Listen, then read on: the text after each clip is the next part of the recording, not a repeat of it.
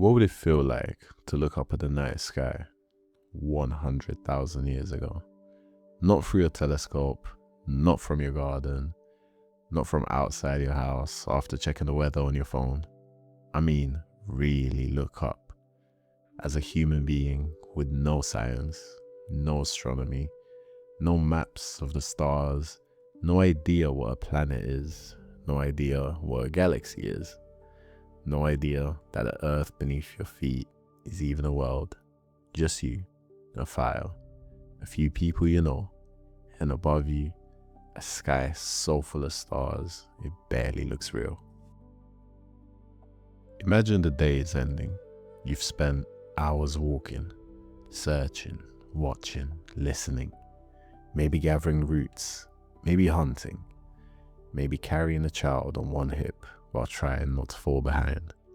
Your feet hurt, your shoulders ache, smoke clings to your skin, and now, finally, the sun is dropping.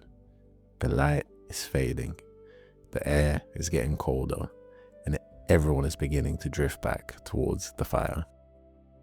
This is the safest place you have. Not safe in the modern sense. Not locked doors and double glazing safe. Just safer than the dark. Safer than sleeping alone. Safer than the long grass. Safer than whatever made those noises the night before. The fire crackles. Somebody's crouched over it, feeding it dry branches. A child is half asleep against their mother. Someone else is sharpening a stone point, and for a little while, everything feels still. At first, you don't notice the sky. Why would you? You've seen it every day of your life. The important things are close by. The fire, the people, the food, if there is any. The sounds beyond the edge of the camp. But slowly, as the last daylight drains away, something begins to happen overhead. The blue darkens, then deepens, then disappears, and one by one, small points of light appear. The first star is easy to miss, then a second, then 5 more, then 20, and before long, it feels like the darkness itself is filling with light. Not electric light, not human light, older light, colder light, light that belongs to something far beyond you, something you cannot touch, something you cannot understand. You don't have a word for planet. You don't have a word for solar system. You may not even have a word for star, but you can still feel what it means. And then you really look up, not quick glance, not absent-mindedly. You stop, you tilt your head back, and for the first time that night, the sky stops being a background and becomes the main event. There are too many stars to count, too many to follow, too many to make sense of. The darkness above is alive with them, and somewhere across it stretches a faint river of pale light. You don't know it yet, but you're looking at the Milky Way. Today, most people never see a sky like this. Streetlights swallow it. Cities bleach it out. The stars are still there, but we live on the dimmed version of the universe. You didn't. 100,000 years ago, the sky was not hidden. It was overwhelming. The stars didn't politely decorate the darkness. They dominated it. The sky didn't feel empty. It felt full. So full that it almost presses down on you. So full that it makes you feel small. And small is exactly how you would feel, because you don't know what any of this is. You don't know that those stars are suns. You don't know that some of that light began its journey before your grandparents were born. You don't know that some stars are already dead by the time their light reaches you. As far as you know, this is just the ceiling of existence. the roof of reality, a great dark world above your own, covered in shining things that watch silently from beyond reach. And this is where imagination begins.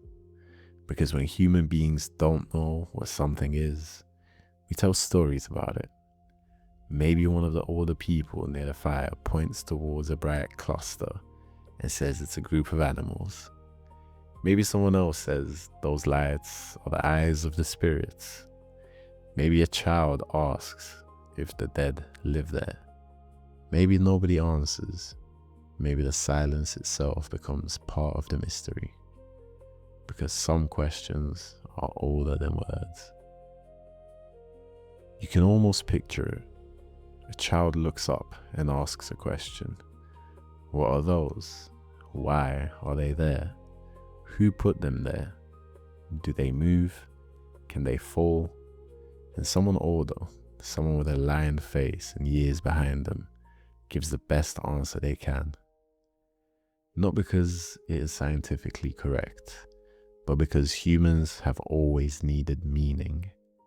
Even before written language, even before cities, even before history, people were still people, still curious, still uneasy in the face of mystery, still trying to make the world feel knowable. Maybe the stars become a story because stories make the fear easier to carry. And there is fear, plenty of it. Because beautiful as the night sky is, night itself is not gentle. Beyond the fire is darkness, and darkness belongs to things that can hear you, smell you, find you. Out there are eyes you cannot see, paws you cannot hear until they are too close, shapes moving in the grass. The stars above may be beautiful, but the world below them is still dangerous. That is what makes the moment so powerful. You are caught between two feelings. Above you is wonder. Around you is fear. The fire is warm but small.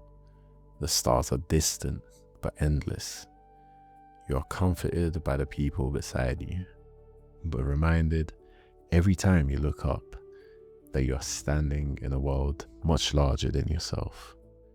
That mixture of safety and vulnerability might be one of the oldest human feelings of all. After enough nights, patterns would begin to emerge. You would notice that some stars rise in certain places, others fade with the seasons. The moon changes shape. Sometimes it is a thin, curved blade, sometimes a glowing circle, sometimes gone entirely. The sky is not random. Even without mathematics, even without charts, human beings would notice that it has rhythms. And human beings are very good at noticing rhythms. The seasons, the rains, the migrations, the ripening of fruit, the return of cold. The sky becomes part of that same pattern, a giant clock no one built, but everyone lives beneath. Maybe you start to realize that some stars appear when the nights are warmer, others arrive when the cold winds return. Maybe the stars help you remember. When those bright ones rise there, the animals move. When that cluster appears, the air gets colder. When the moon is full, the night feels less blind. The sky isn't just beautiful anymore. It becomes useful, a guide, a memory tool, a silent companion that changes slowly enough to trust. But there is something else the stars would have carried, something heavier. The people around your fire tonight are not all the people who used to be there. There was someone who sat in that empty place last winter, someone whose laugh you still remember, someone who walked more slowly towards the end, someone whose voice used to fill the silence. Now they are gone.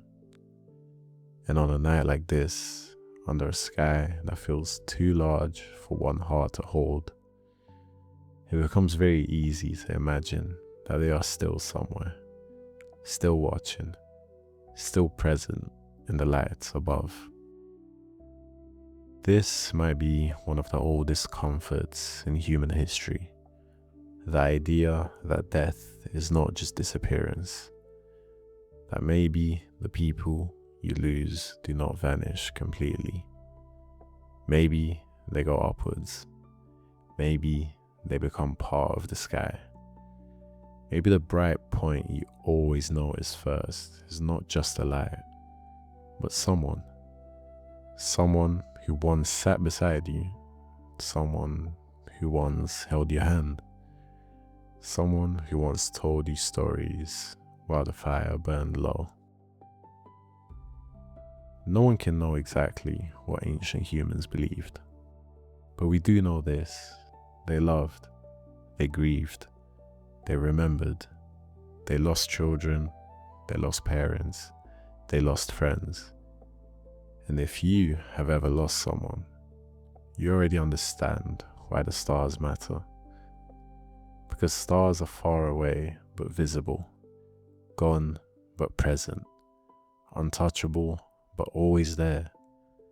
They are perfect containers for longing.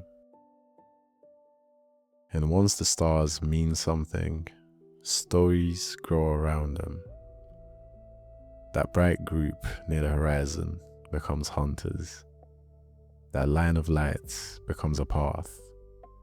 That red star becomes a warning. That pale haze across the sky becomes smoke from another world. The exact details do not matter. What matters is that the sky becomes human. Not physically, emotionally.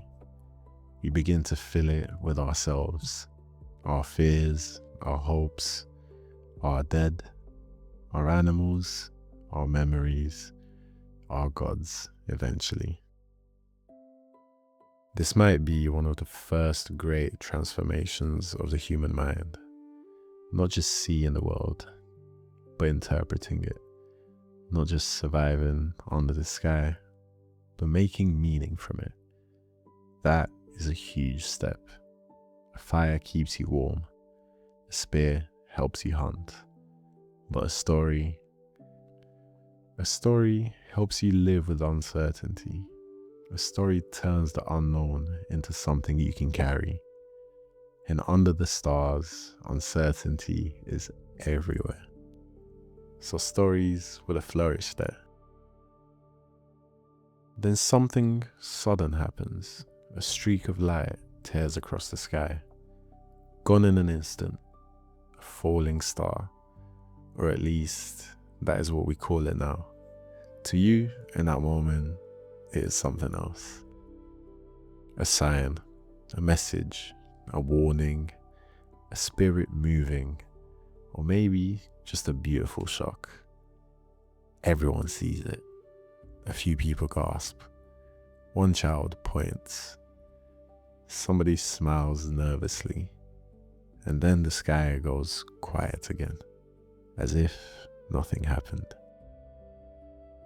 That is the thing about the ancient night. It gives you moments no modern screen can replicate. Real surprise, real silence, real awe. No replay button, no photo, no caption, no proof.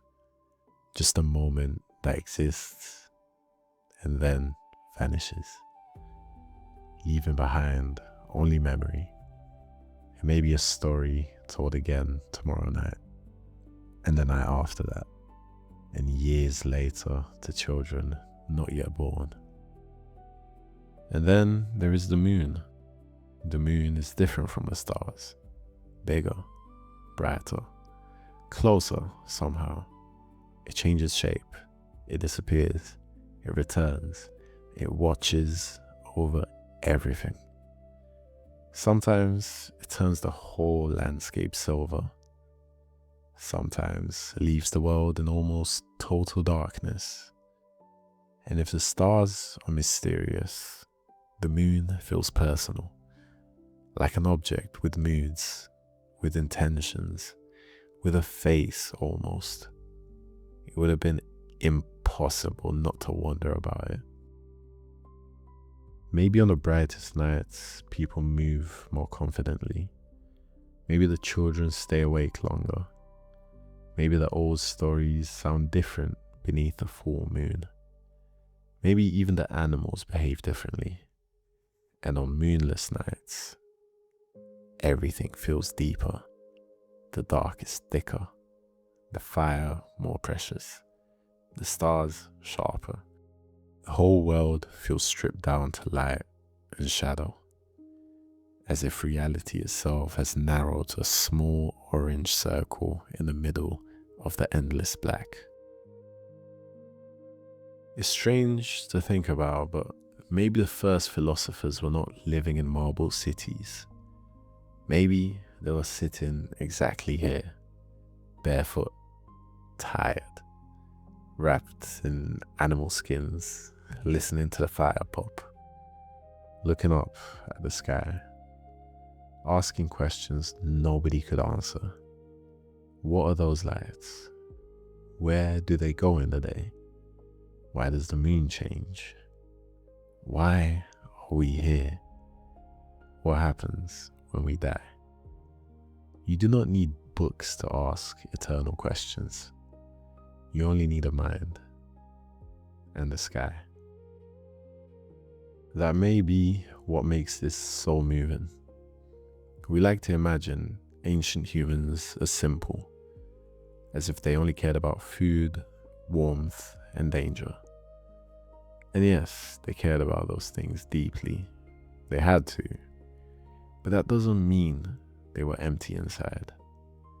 A person can be hungry and still be curious.